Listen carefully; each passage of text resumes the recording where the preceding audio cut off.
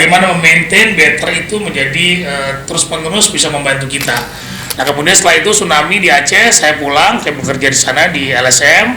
Nah kemudian 2008 saya mendaftar sebagai anggota, kalau di Aceh itu namanya Komisi Independen Pemilihan. Tapi lahir saya sendiri. 12 bulan kita mempersiapkan itu gitu ya. Betul. Dan ini yang tetapi kita juga tidak bisa menyalahkan masyarakat Betul. karena memang kita harus membuktikan itu dalam bentuk kinerja. Betul. Gitu ya. Kebetulan kontraktor ngontrak-ngontrak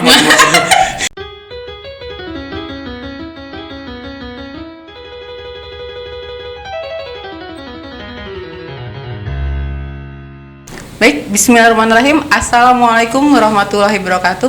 Hai teman pemilih, welcome to podcast KPU Corner Kabupaten Bogor. Dengan semangat 5S, salam, sapa, senyum, sigap, dan sehat, mari kita wujudkan pemilu dan pemilihan yang lebih baik. Salam better. Kali ini, dalam podcast kesempatan kali ini, kita kedatangan tamu yang luar biasa. Kita kedatangan tamu Ketua KPU RI, Ketua Komisi Pemilihan Umum Republik Indonesia, yaitu Bapak Ilham Saputra yang biasa kita panggil nama kerennya Bang Ilham. Selamat siang Bang, Assalamualaikum warahmatullahi wabarakatuh. Selamat siang, Waalaikumsalam warahmatullahi wabarakatuh. Apa kabar? Baik, alhamdulillah. Sehat ya? Sehat, iya. insyaallah. Dengan rutinitas yang sangat banyak, alhamdulillah Bang Ilham masih berkesempatan dan mau mampir ke podcast KPU Kabupaten Bogor. Baik teman pemilih, sebelum kita mulai obrolannya, jangan lupa subscribe, like, comment, share, and nyalakan tombol loncengnya serta follow semua akun media sosial KPU Kabupaten Bogor. Baik, Bang Ilham, ya kita tahu Bang Ilham ini adalah sosok Ketua KPU Republik Indonesia, muda, cerdas, visioner. Tapi teman-teman juga banyak yang ingin tahu sebenarnya Abang ini dulu masa kecilnya di mana? Baik, terima kasih. Saya ini besar di beberapa tempat di Jabodetabek, ya karena ayah saya dan ibu saya adalah perantau dari Aceh, ya. Jadi hamil. Tapi lahir saya sendiri, saya anak bungsu kebetulan. Hamil saya mereka merantau ke Jakarta, jadi saya lahir di Jakarta. Lahir di Jakarta. Ya, abang-abang saya semua di Banda Aceh. Jadi saya lahir dari keluarga perantau asal Aceh yang kebetulan kontraktor. Ngontrak-ngontrak di Kayu Manis berapa rumah, kemudian di Ben Hill, kemudian Cimanggis, terakhir kemudian ayah saya bisa beli rumah di Bekasi. Jadi semuanya udah hampir pernah gitu ya, jadi seperti itu. Jadi lahir di Jakarta tapi besar mulai sekolah di Bekasi. Mulai sekolah saya malah justru di Bendungan Hilir di Tanah Abang. Di Jakarta. Jakarta Pusat. Jadi ketika saya kelas 1 STM, baru saya di Bekasi. Dan tapi asli orang tua memang Aceh. Iya, ibu saya orang Aceh besar, bapak saya orang Aceh Selatan. Ya. Baik, Bang Ilham ternyata dari lahir sudah nomaden kemana-mana, tapi memang lebih banyak tinggal di Jakarta. Nah, sekarang nih selain sebagai Ketua KPU RI, kesibukan apa nih Bang yang sedang sibuk dilakukan? Iya, sebetulnya kan saat ini selain kemudian menjalani sebagai Ketua KPU merangkap anggota yang sedang persiapkan persiapan pemilu 2024 dan pemilihan 2004, sekarang saya juga sedang kuliah nih. Jadi saya udah selesai ini baru bisa S2.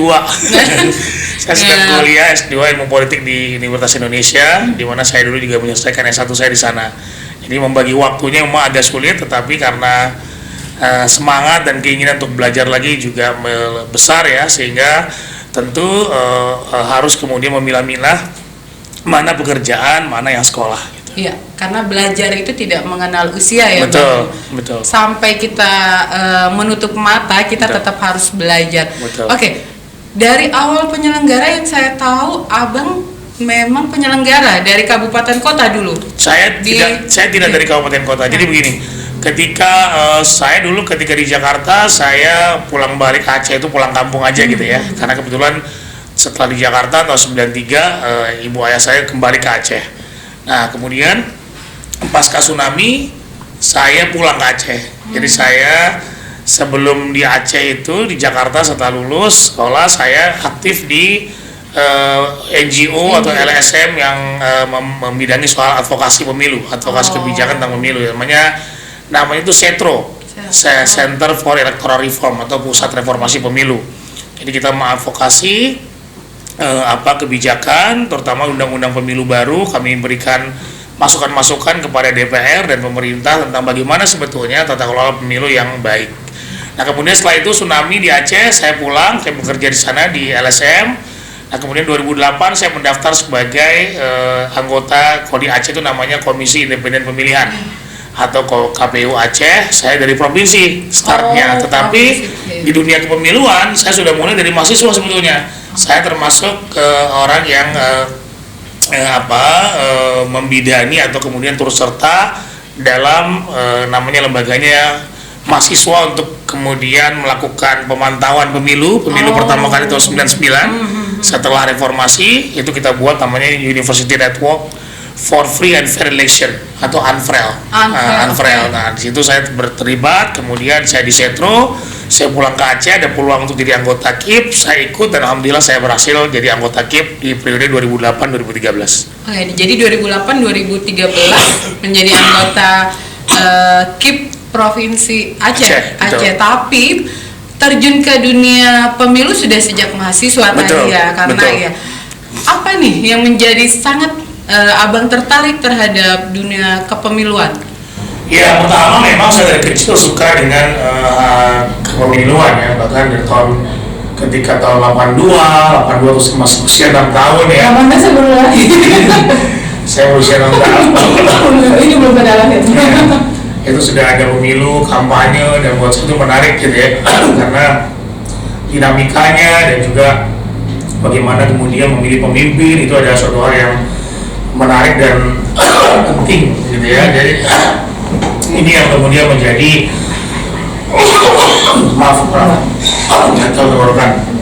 jadi saya melihat bahwa prosesnya menarik dan dinamis gitu ya, bahwa politik dalam hal ini pemilu itu saya ingin belajar tata kelolanya seperti apa, karena melahirkan pemimpin yang baik tentu saja juga harus menyelenggarakan pemilu yang baik. Cuma ketika Orde Baru kan kita tahu ya bahwa pemilu itu udah ketahuan siapa yang menang, kemudian mayoritas pemenangnya siapa. Nah, itu yang kemudian ketika reformasi saya lebih tertarik kembali karena tata kelola pemilunya sudah berubah. Betul. Ya, jadi memang pemilu menarik bagi teman-teman yang terkadang kita bilang, banyak yang bilang menjadi penyelenggara pemilu itu adalah orang-orang abnormal, orang-orang yang kadang berbatas di luar. Banyak yang bilang gitu bang, bahkan saya ingat banget ada salah satu komisioner KPU Kabupaten Bogor yang bilang ketika selesai menjadi pemilu dia bilang saya kembali hidup normal kembali gitu ya, karena memang tadi ketika kita pada masa tahapan kita sudah tidak mengenal waktu. Mengenal waktu, kita sudah benar-benar full untuk tahapan pada saat itu. Nah, selama berarti dari tahun 2008 sudah aktif di pemilu, apa nih suka dukanya menjadi penyelenggara pemilu? Ya, ini menarik memang. Saya menjadi penyelenggara pemilu itu di masa Aceh damai.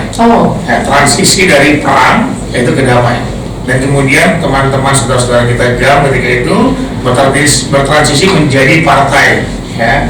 Nah, ini adalah partai lokal pertama di Indonesia. Nah, ini saya melakukan verifikasi, kemudian juga mengikuti dinamikanya yang begitu luar biasa. Karena teman-teman ini kan dari perang kemudian ke politik, atau dari bullet dari peluru menjadi ballot, menjadi surat suara gitu kan, perjuangannya seperti itu kan.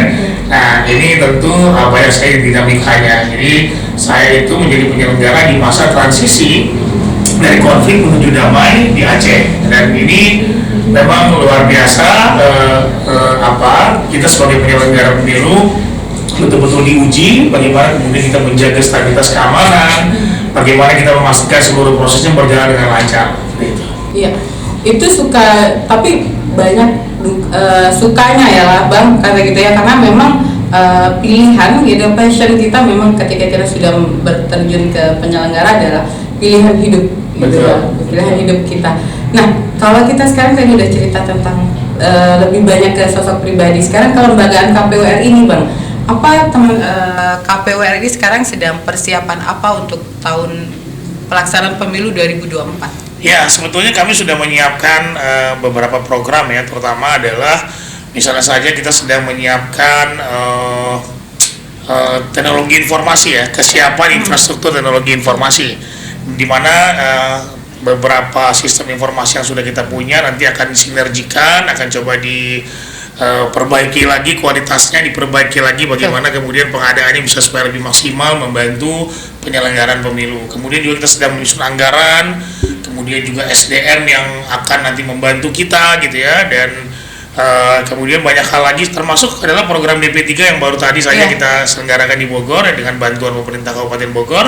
Itu salah satunya adalah dalam rangka persiapan menyiapkan pemilih agar menjadi pemilih yang berpartisipasi penuh, pemilih yang rasional, dan kita berharap nanti bisa menghasilkan pemimpin-pemimpin yang terbaik, baik itu dalam pemilu maupun dalam pemilihan 2024. Ya, karena banyak juga gitu. Kita sekarang sedang menjawab bagaimana orang bertanya ketika pemilu selesai KPU itu ngapain gitu kan.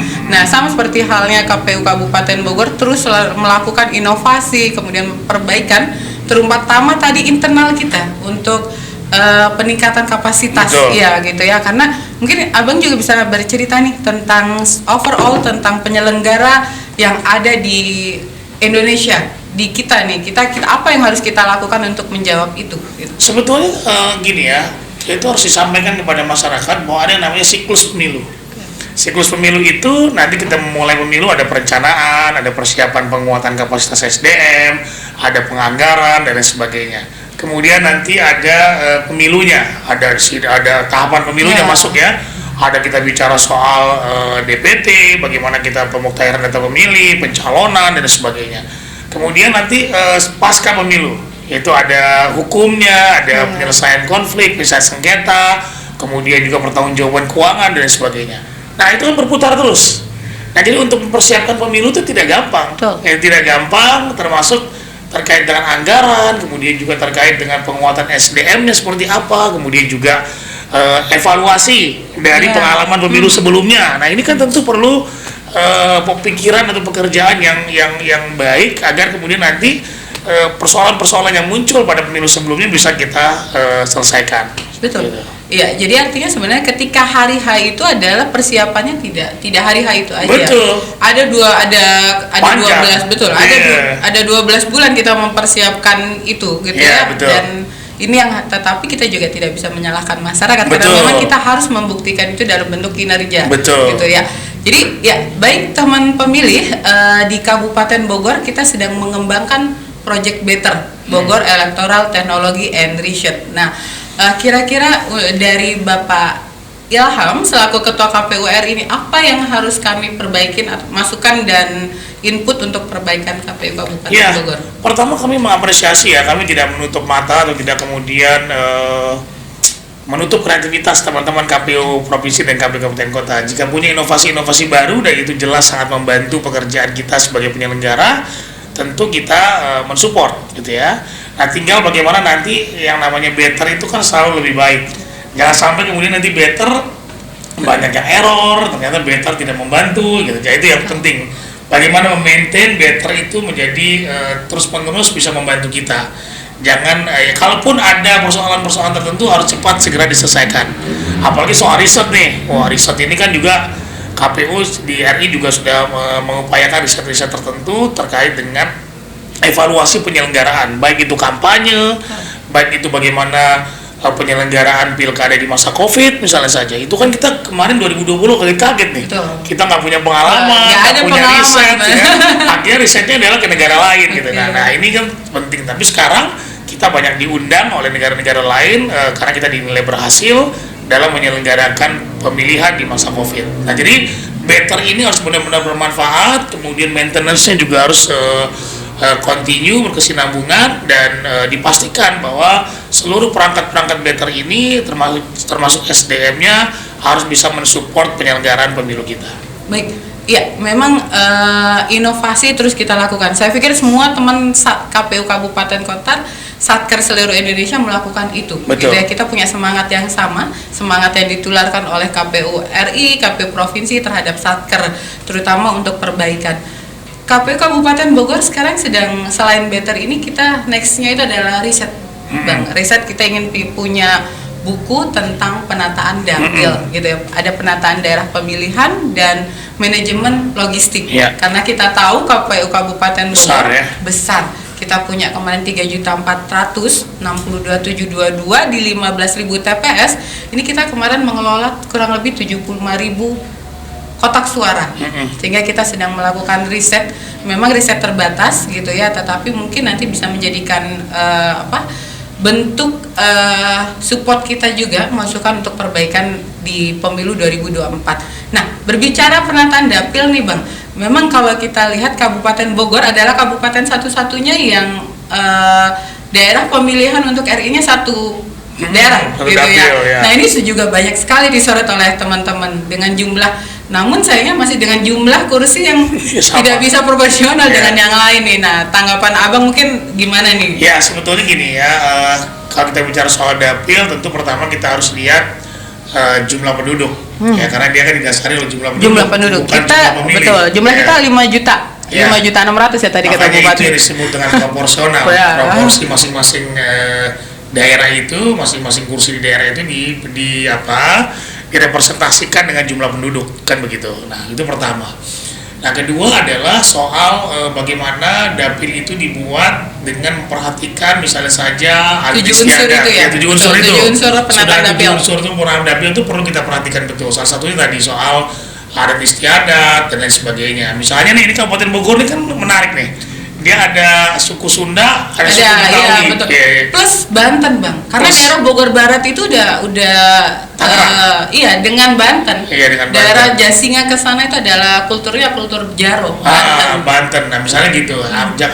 Jangan sampai kemudian nanti dia digabungkan dengan misalnya daerah Depok misalnya, atau daerah lain yang kemudian lebih berbeda adat istiadatnya. Nah, ini kan tentu menarik karena di Bogor ini lumayan adat istiadat dan suku ini lumayan menarik gitu. Ada Sunda, ada Betawi ini beda-beda lagi gitu ya, gitu. Jadi harus dilihat adat istiadat juga perbatasan administratif. Nah, itu penting. Jangan sampai kemudian perbatasan administratif ini dinafikan sehingga harusnya dapilnya ini berbatasan langsung, tapi dia tidak berbatasan langsung gitu loh.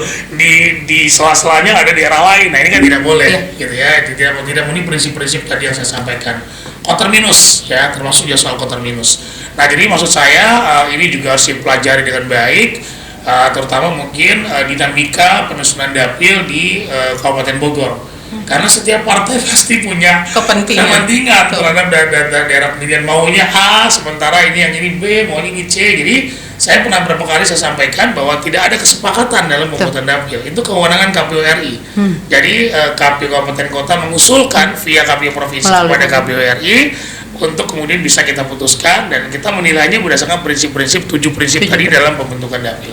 Baik, gitu. Sangat menarik sekali teman pemilih, kita banyak bercerita tentang ada dapil tadi, kemudian kalau kita bilang Kabupaten Bogor kemarin pada saat penyelenggaraan kita punya 135.000 penyelenggara Bang, dengan 15.000 TPS. Bahkan banyak sekarang teman-teman partai bilang 135.000 itu satu suara, satu kursi gitu, satu kursi.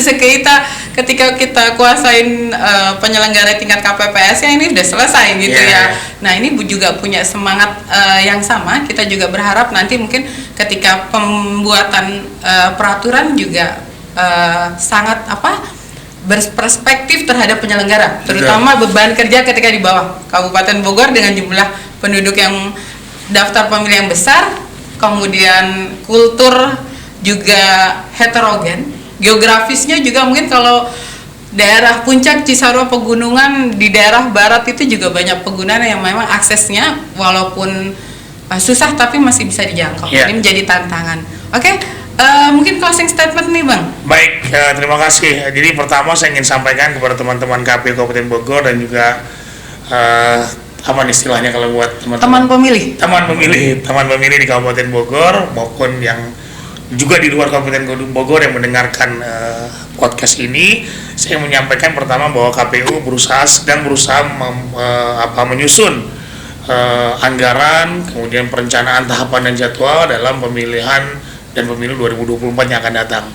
Jadi saya perlu mengklarifikasi, tidak ada kemudian KPU menunda-nunda, tidak ada. Karena KPU bekerja berdasarkan peraturan undang-undangan. selama peraturan undang-undangnya mengatakan 5 tahun sekali, maka KPU akan tunduk dan taat dan bekerja sesuai dengan aturan tersebut. Kemudian kedua, penyelenggara pemilu ini memang harus diawasi, ya, harus kemudian transparan. Bagi teman pemilih jika ingin mengetahui bagaimana kami bekerja, silakan datang, terutama dari Bogor, misalnya Kabupaten Bogor, datang ke KPU Kabupaten Bogor. Kita punya RPP, ya, rumah pintar pemilu, kemudian juga kita bisa sampaikan sudah sampai mana prosesnya, kemudian bagaimana cara kita bekerja. Kita siap menerima itu karena ini adalah bagian dari pekerjaan kita yang berintegritas, profesional dan transparan. Jadi jangan khawatir, KPU terbuka, dan jika memang Bapak Ibu sekalian menemukan atau teman pemilih menemukan ada hal-hal yang memang berpotensi sepertinya ada kecurangan, ada yang tidak benar, ya silakan saja dilaporkan kepada pihak-pihak tertentu, karena undang-undang sudah mengatur. Misalnya soal etik bisa ke DKPP, pelanggaran administrasi atau pelanggaran pidana bisa lapor dulu ke Bawaslu. Jadi semuanya sudah diatur sedemikian rupa, dan juga bisa lapor kepada KPU RI sebagai pimpinan dari KPU Kabupaten Bogor, atau juga bisa ke KPU Jawa Barat. Jadi semuanya sudah diatur dalam undang-undang, jangan sakwa-sangka, ya. Kami berusaha semaksimal mungkin untuk bekerja secara profesional, berintegritas dan transparan. Terima kasih. Assalamualaikum warahmatullahi wabarakatuh. Waalaikumsalam warahmatullahi wabarakatuh. Baik teman pemilih, demikian obrolan kita dengan Bapak Ilham Saputra, Ketua KPU Republik Indonesia. Nantikan episode-episode podcast KPU Kabupaten Bogor selanjutnya. Akhir kata, atas nama seluruh tim KPU Corner yang bertugas, kami pamit undur diri. Wassalamualaikum warahmatullahi wabarakatuh. Salam better.